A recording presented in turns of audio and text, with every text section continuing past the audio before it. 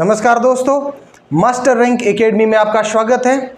आज हम जो राजस्थान पुलिस वैकेंसी है 2025 उसका जो एग्ज़ाम है और उसका जो सिलेबस है उसके बारे में चर्चा करेंगे, क्योंकि एक द्वंद्व की स्थिति बनी हुई है कि उसका एग्ज़ाम जो नियत समय है उसके अंदर होगा या नहीं होगा, सिलेबस जारी होगा कि नहीं होगा, एग्ज़ाम डेट आगे जाएगी कि नहीं जाएगी। ये अब तक बच्चों के अंदर एक द्वंद्व की स्थिति बनी हुई है। स्वाभाविक है, जो सीरियस स्टूडेंट है, जो प्रिपरेशन कर रहे हैं, और ये बात स्वाभाविक है कि उस जो 19-20 जुलाई को जो डेट है उसके अकॉर्डिंग आप प्रिपरेशन कर रहे हैं, सही बात है। परंतु मन के अंदर एक विचलन तो हो ही जाता है कि एग्ज़ाम नियत समय पर हो रहा है कि नहीं हो रहा है, क्योंकि अभी तक क्लियरली सरकार ने इस पर किसी प्रकार का नोटिफिकेशन जारी नहीं किया है। परंतु हम कह सकते हैं कि जो पिछले कुछ जो लेटर वायरल हो रहे हैं उसके आधार पर हम कह सकते हैं कि एग्ज़ाम नियत समय पर होगा। कौन से लेटर आपको पता ही होगा, जो अभी 3 लेटर हम वायरल आपके बारे में बता। 3 लेटर है, एक 4 जून को हुआ था, एक 12 जून और एक 18 जून। 3 लेटर है। उनमें ये कहा गया कि एग्ज़ाम नियत समय 19 और 20 जुलाई को होगा, जिसके अंदर कहा गया है कि एक लेटर सबसे पहले 4 जून को भेजा जा रहा है। जो 4 जून को जो लेटर है, एक 4 जून को लेटर है जिसमें PHQ जो पुलिस हेडक्वार्टर है वो शासन सचिव को लेटर भेज रहे हैं। किसके बारे में? इनको इस पत्र के बारे में, जो राजस्थान की जो पुलिस भर्ती है उसकी सूचना के बारे में, उनकी तैयारियों के बारे में ये पत्राचार हो रहा है। फिर दूसरा लेटर 12 जून को वायरल होता है, जिसके अंदर शासन सचिव की तरफ से जो कॉलेज आयुक्तालय है,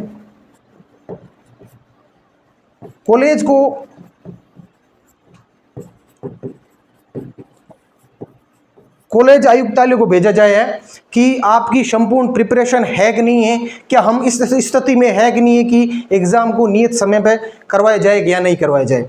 और चौथा लेटर भी अभी जो लेटेस्ट 18 जून को भेजा गया है, कॉलेज शिक्षा के द्वारा अपने अधीनस्थ जितनी भी कॉलेज है उनको भेजा जा रहा है कि हम तमाम जो संसाधन है, चाहे टेबल्स है, कुर्सीज है या ह्यूमन रिसोर्सेज है, उनकी पूर्ण तैयारी है कि नहीं है। इनके आधार पर जो सरकार और प्रशासन के स्तर पर जो ये तैयारियां चल रही है, इसके आधार पर तो हम कह सकते हैं कि ये डेट 19 और 20 जुलाई को ही एग्जाम नियत समय पर होगा। इसके आधार पर, क्योंकि सरकार की तरफ से अभी तक इन पत्राचार के आधार पर ही हम ये कयास लगा सकते हैं कि एग्जाम नियत समय पर ही होगा। परंतु अभी तक नोटिफिकेशन ये नहीं डाला गया कि भी हम इसी समय को ही किए जा रहे हैं, क्योंकि एक क्लियर आपको ये जब तक पता नहीं चलता है तब आप कितना भी सीरियस हो जाए तो डेफिनेटली एक मन के अंदर एक विचार तो आना स्वाभाविक है कि भाई एग्जाम समय पर हो रहा है कि नहीं हो रहा है, ये चीज़ें होना स्वाभाविक है। दूसरी एक द्वंद्व की स्थिति है कि सिलेबस, विस्तृत सिलेबस जारी होना, क्योंकि पुलिस हेडक्वार्टर के द्वारा ये जो सिलेबस का पैरामीटर है वो पार्ट के अंदर डिवाइड किए, परंतु विस्तृत कौन से पार्ट में से, कौन से सब्जेक्ट के अंदर, कौन से टॉपिक में से क्वेश्चन है, ये अब तक क्लियरफाई नहीं है, जो भी एक दूसरा मानसिक स्थिति को पैदा कर रहा है, द्वंद्व की स्थिति पैदा कर रहा है कि वास्तविकता में कौन सा सिलेबस पढ़े। परंतु इन दोनों का सॉल्यूशन हम अपने स्तर पर ही करना चाहिए।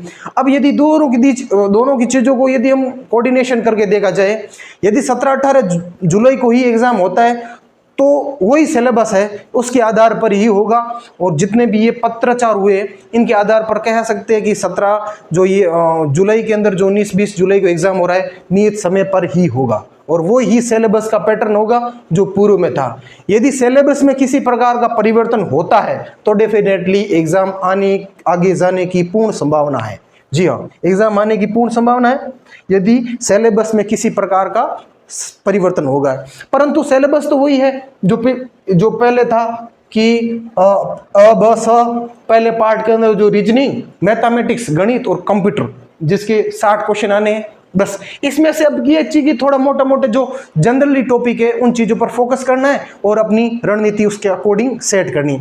इस बार नंबर ऑफ पोस्ट भी काफ़ी अच्छी, 10,000 के समथिंग पोस्ट है, तो कंपटीशन का दायरा भी इतना नहीं है जितना सोचा जा रहा है, क्योंकि एक द्वंद्व की स्थिति, बाकी जो वीडियो और एग्ज़ाम, पटवारी के एग्जाम भी आ चुके हैं, तो इस स्थिति में आपके अंदर ये एक सुनहरा अवसर है जो स्पेसिफिक जो पुलिस की इसमें प्रिपरेशन कर रहे हैं, अपनी तैयारी को जारी रखे और इस आधार पर थोड़ी अपनी रणनीति को इस आधार पर रखे कि इस सिलेबस के अंदर मोटी मोटी चीजें अपने स्तर पर तैयार करें, ज्यादा डीप जाने की जरूरत नहीं है। अब कहां से आपने फॉर्म भरा है इट इज नॉट मैटर, इसके बारे में ज्यादा सोचने की जरूरत नहीं है क्योंकि जो चीज भर दी है वो भर दी है। अब हमें ये सोचना है कि आपको कैसे अधिकतम जो 150 अंकों का पेपर होगा इसके अंदर हम कैसे अधिकतम 100 प्रश्न कर सके, 100 अंक अर्जित कर सके, हमारी ये टारगेट होना चाहिए। ये 100 अंक कैसे प्राप्त किया जाए। अब आपके अंदर ये 3 पैरामीटर है, इनके आधार पर खुद विश्लेषण कीजिए कौन सी चीज आपकी कमजोर है, कौन सी मजबूत है, उन पर तैयारी करते हुए बेहतर समय का समायोजन करना है, आपको टाइम मैनेजमेंट करते हुए इनको आपको प्रिपरेशन करना है। जैसे कि रीजनिंग है, कंप्यूटर है, मैथमेटिक्स है, कंप्यूटर के अंदर ज्यादा आपको डीप जाने की जरूरत है, बेसिक कंप्यूटर की बात हो रही है तो वो रीजनिंग मैथमेटिक्स अच्छी तरह से कर लो तो 60 प्रश्नों में से आप डेफिनेटली 40 से 50 प्रश्न कर ही सकते हो। नहीं कर सकते हो क्या? इतना तो कर ही सकते हो। तो इस पर अब जैसे ये जो बीच वाला पोर्शन है ये थोड़ा दायरा भी विस्तृत है।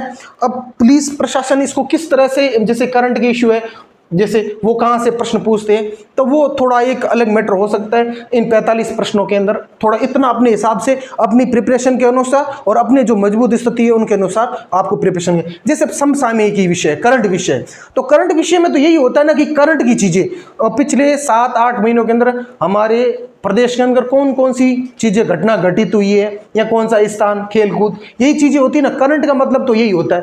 परंतु पिछला पैटर्न देखा जाए तो ये प्रश्न करंट के कुछ 12 माह पहले या 1 साल 2 साल पुराने प्रश्न पूछ रहे, परंतु अभी जो भर्तियों का दायरा है काफी इंस्ट्रक्शन सरकार को दिए गए हैं कि आपको पैटर्न को फॉलो करना है और प्रॉपर चीजें को फॉलो करते हुए आपको प्रश्न पत्र तैयार किए करना है। तो इस प्रकार के निर्देशों को यदि पालना सही तरह से ढंग से होती है तो डेफिनेटली करंट का मतलब 7-8 महीने पुराना ही होता है। उस समय की जो जितने की घटनाएं घटित होती है उसके अनुसार आप अपने स्तर पर करंट को तैयार की, ज्यादा डीप नहीं, बस बेसिक चीजें।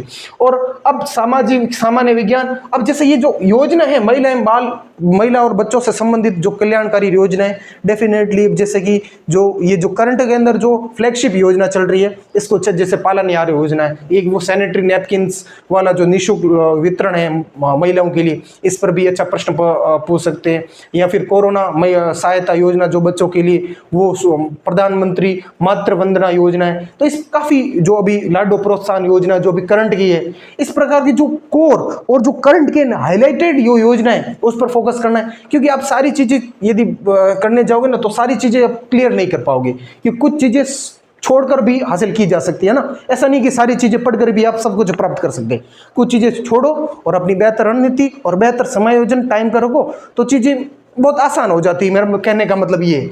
तो अब ये चीजें है जिससे कि अब बात रही राजस्थान की इतिहास, कला, संस्कृति, भूगोल और एक थोड़ी बहुत इकोनॉमिक सर्वे आपको देख लेनी है। तो इस आधार पर ये जो 45 प्रश्न है इसकी कमांड आपकी अच्छी हो सकती है, क्योंकि आप पहले से भी किसी न किसी भर्ती परीक्षा की प्रिपरेशन कर चुके होंगे।